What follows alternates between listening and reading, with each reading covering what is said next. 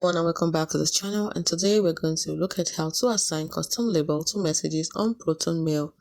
Now let's say you want to assign a custom label to a message or messages on Proton Mail. How do you do it? There are three ways to get to label. The first thing you can decide to actually create a custom label before you choose the message. For example, if you want to do that, you tap on the three lines at the top. You can see create label. You can see label here already. In case you don't have any label before, you see create labels here.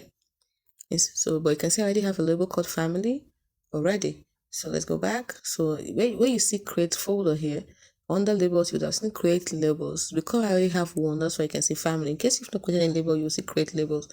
But if you have, you see it like this, and then you tap on the plus icon, and you put in the name of the label, and you choose the color for the label. Once it's true, you tap on save. That's the first way to get there. The second way is to just simply go to the message itself. So from the message itself, you press on the message, and at the bottom, you're going to see the option for label. You can see it looks like it's price tag down here. So you tap on it, and then you choose the label. Let's say I want to label it as family. I can just simply tap here, check the box, and it will be labeled as family, and tap on done. But if I want to create another label for it, when I tap on this, I'll tap on create label, put a new label, tap on the plus icon. Maybe I want to make it work, and then choose a color for it. Let's say I choose this color, tap on save, and now I've created a new label. So if I go back, so I can easily just put it as work instead of family. I won't have more than one label for it, and when I do, tap on done.